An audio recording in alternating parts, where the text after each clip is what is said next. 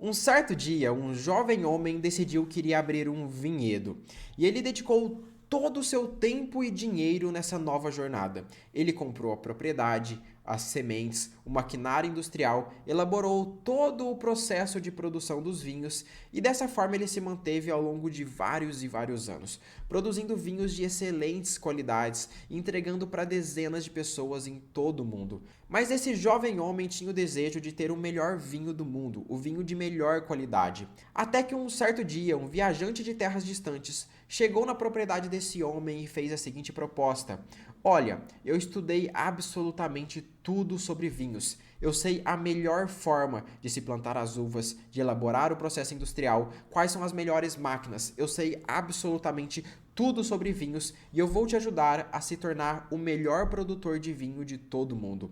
Como esse jovem homem tinha esse desejo, esse sonho de ser o melhor produtor de vinho do mundo inteiro, ele aceitou essa proposta desse viajante e basicamente entregou na mão dele a chave de sua propriedade. O viajante logo começou os seus trabalhos. Ele basicamente removeu toda a plantação atual e começou a plantação de uma nova espécie de uva. Ele basicamente vendeu todas as máquinas atuais e fez novas compras de maquinários mais modernos, de maquinários diferentes. Ele basicamente mudou todo o processo de produção de vinhos com técnicas mais avançadas de acordo com ele. E eles ficaram nessa jornada de melhorar a produção do seu vinho ao longo de um ano. Mas no final desse ano, o jovem homem teve uma surpresa. Basicamente, ele foi olhar a qualidade dos seus vinhos e ela não melhorou.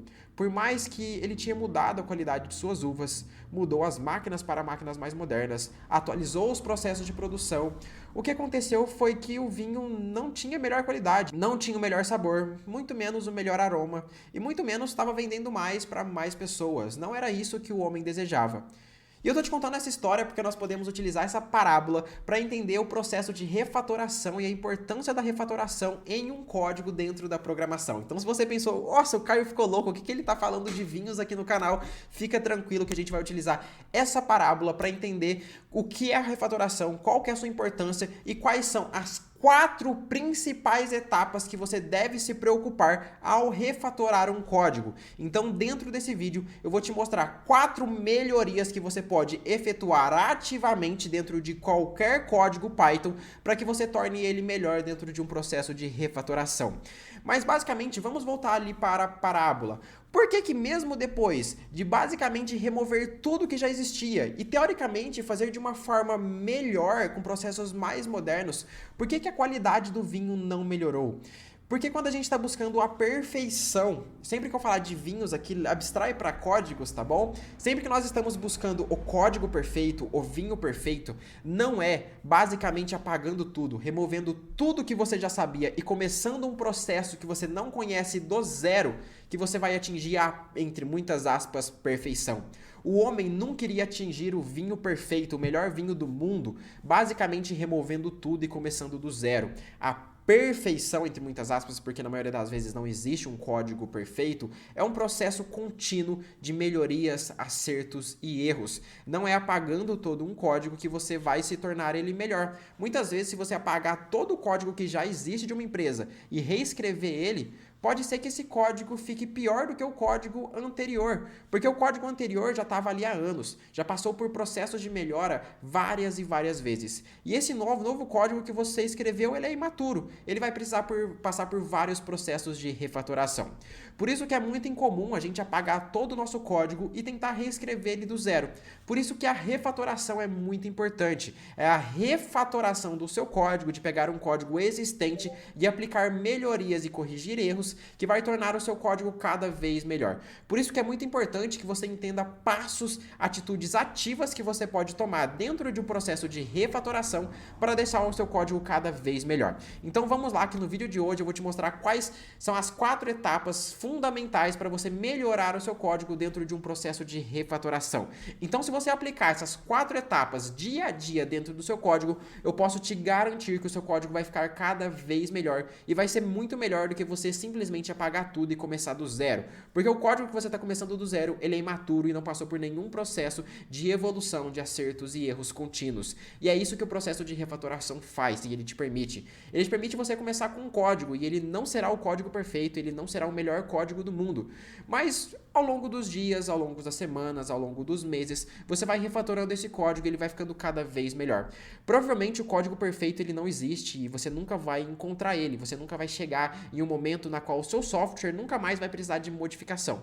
Porque isso não vai existir, isso muda com o tempo, muda com as necessidades do usuário, as necessidades da empresa, mas você estar dia a dia refatorando e melhorando o seu código é o que vai garantir a excelência do seu código ali dentro da empresa. Então vamos entender quais são essas etapas e vamos começar aqui pela quarta etapa, a etapa de número 4, que é basicamente você diminuir as suas funções e métodos e deixá-las com apenas uma única responsabilidade. Esse daqui é um dos princípios do Solid, tão famoso Solid, que é basicamente o princípio da responsabilidade única.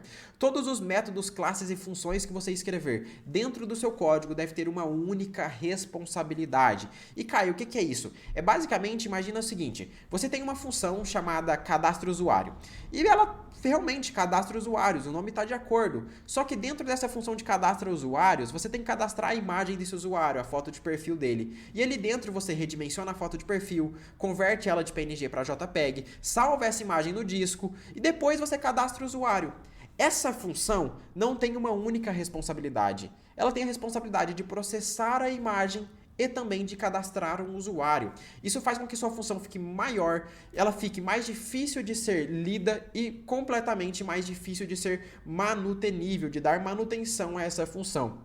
Então a regra é, quanto menor for a sua função, melhor é o seu código, melhor ela é. Então, quanto menor você deixar uma determinada função, muito provavelmente essa função vai ser melhor. Se você tem uma função muito grande dentro do seu código, muito provavelmente você consegue melhorar ela. Como que você vai melhorar? Quebrando em outras funções. Então, se você tem uma função cadastro usuário e dentro dela você tem uma função que você tem processos de elaboração de imagem, de resize de imagem, de converter imagem, o que você pode fazer? Olha, mantenha a função cadastro usuário, só que todo o código de processamento de imagens coloca numa outra função. E você simplesmente chama essa função de processa imagem dentro da função de cadastro usuário. Então, sempre que você estiver programando e identificar ali dentro do seu código funções, classes ou métodos que têm mais de uma única responsabilidade, é muito importante que você pare um pouco e fala, olha, vamos dividir esse código aqui? Vamos deixar essa função aqui um pouco menor com uma única responsabilidade? E você consegue ver isso visualmente na maioria das vezes, porque às vezes você não vai ler todo o seu código e todas as funções, mas às vezes você está rolando e scrollando ali entre os arquivos e você identifica uma função ali que tem 150 linhas. Olhando isso e fala, olha, uma função de 150 linhas, muito provavelmente ela tem mais de uma responsabilidade. E ela vai ter várias responsabilidades, provavelmente uma função de 150 linhas. Deixa eu melhorar isso daqui um pouco. Deixa eu criar outras 3 funções, eu vou chamar essas funções dentro dessa, para que cada uma tenha a sua única responsabilidade. Uma função para cadastrar usuários, uma função para processar a imagem, uma função para enviar e-mails, uma função para cada coisa. É o princípio da responsabilidade única e ele é muito importante. É ele que vai tornar o seu código muito mais legível e principalmente mais fácil de dar manutenção. Porque se você tem uma função de 150 linhas, qualquer alteração que você faz ali dentro pode quebrar a função inteira. Se você simplesmente altera uma variável, você quebra toda a função de 150 linhas. Agora, se você tem, em vez de 150 linhas, você tem 4 funções menores, se você faz um pequeno erro, você vai estragar uma única função. Fica muito mais fácil de você encontrar qual foi o erro que você cometeu, onde está esse erro e por que ele acontece. Então, esse princípio, essa quarta etapa de refatoração do seu código é muito importante, beleza? Vamos lá para a terceira etapa, que é eliminar códigos duplicados. Isso daqui é muito, mas muito importante mesmo. Se você está lá programando, scrollando o seu código, varrendo vários e vários arquivos, e você identifica que você tem vários trechos de código que ele sempre se repete. Você basicamente tem lá um trecho de código que é para enviar e-mails. Basicamente, você se conecta via SMTP, conecta o arquivo HTML, renderiza ele, coloca os arquivos em anexo e etc. e envia esse determinado e-mail. E você envia e-mail em vários e vários locais do seu código e você simplesmente deu um Ctrl+C, Ctrl+V desse código para simplesmente colar onde você sempre precisava enviar e-mails. você está reparando que tem código duplicado dentro da sua aplicação. E o que você pode fazer? Simplesmente juntar todos esses códigos que são duplicáveis, duplicados dentro da sua aplicação e criar uma função, uma classe ou um método para ele. Criando isso, você consegue deixar todo o seu código muito mais fácil. Por quê? Imagina o seguinte, você estava enviando e-mails em vários pontos do seu código, em vez de ter uma função para enviar e-mails, você estava copiando e colando o seu código e ele ficou repetido várias e várias vezes. Mas aconteceu algum problema ali dentro da empresa, com o e-mail da empresa, e você vai ter que alterar o remetente, que antes era kai@pythonando.com.br, você vai ter que alterar para oi@pythonando.com.br. Você vai ter que encontrar dentro do seu código todos e absolutamente todos os lugares que enviavam e-mails para alterar o remetente. Então, se você tem uma única função que faz o envio de e-mails, é muito mais simples. Você vai lá, identifica essa função e altera o remetente uma única vez. Não acontece o risco de você alterar de 5 locais diferentes e esquecer o último e dar problema. Imagina, você está enviando e-mail em 6 locais diferentes dentro da sua aplicação. Você lembra de alterar 5, mas um único caso lá, quando o pagamento não é confirmado, você esqueceu de alterar o remetente do e-mail. E o seu código vai falhar por causa desse simples esquecimento, que muitas vezes, se você não tiver testes para validar isso, ele vai passar despercebido e você só vai perceber em produção. Então, duplicar código não é uma mera questão estética, uma mera questão para facilitar a visualização do nosso código, mas ele evita com que erros aconteçam.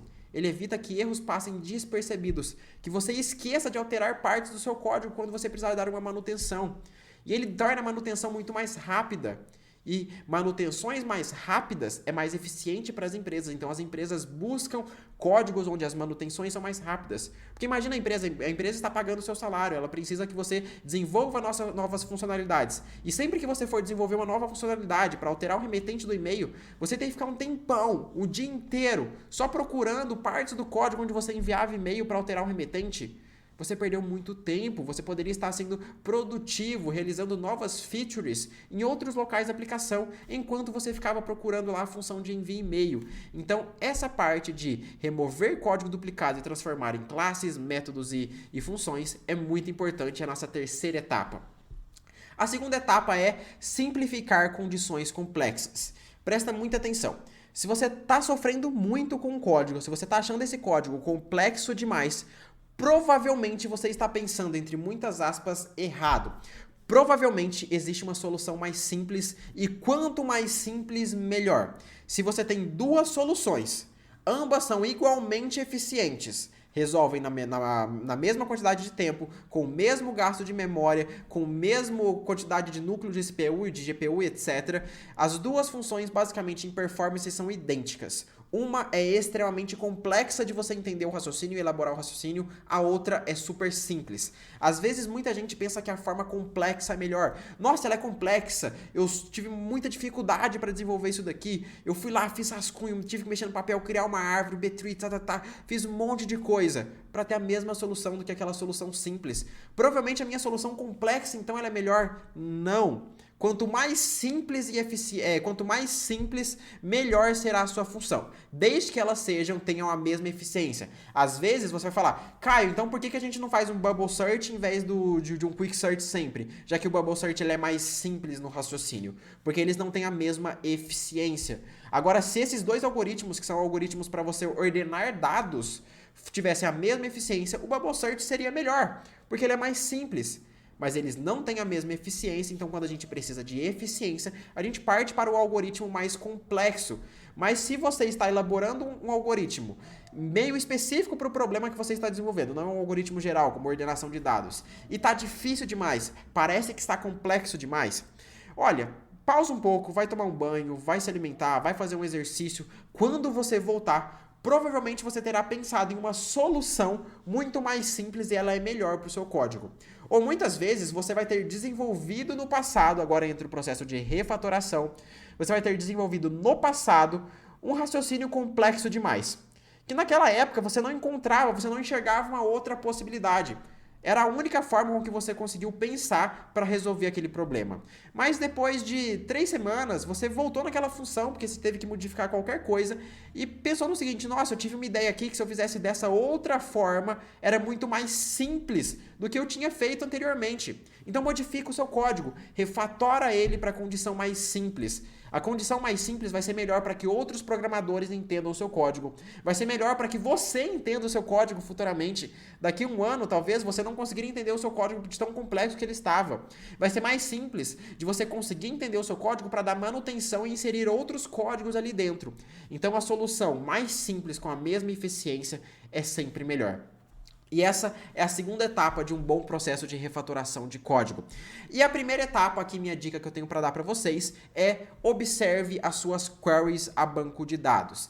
Sempre que você bater numa query que está muito grande, meio complexa demais, dá uma parada, olha ela e se pergunta, tem como eu melhorar isso daqui?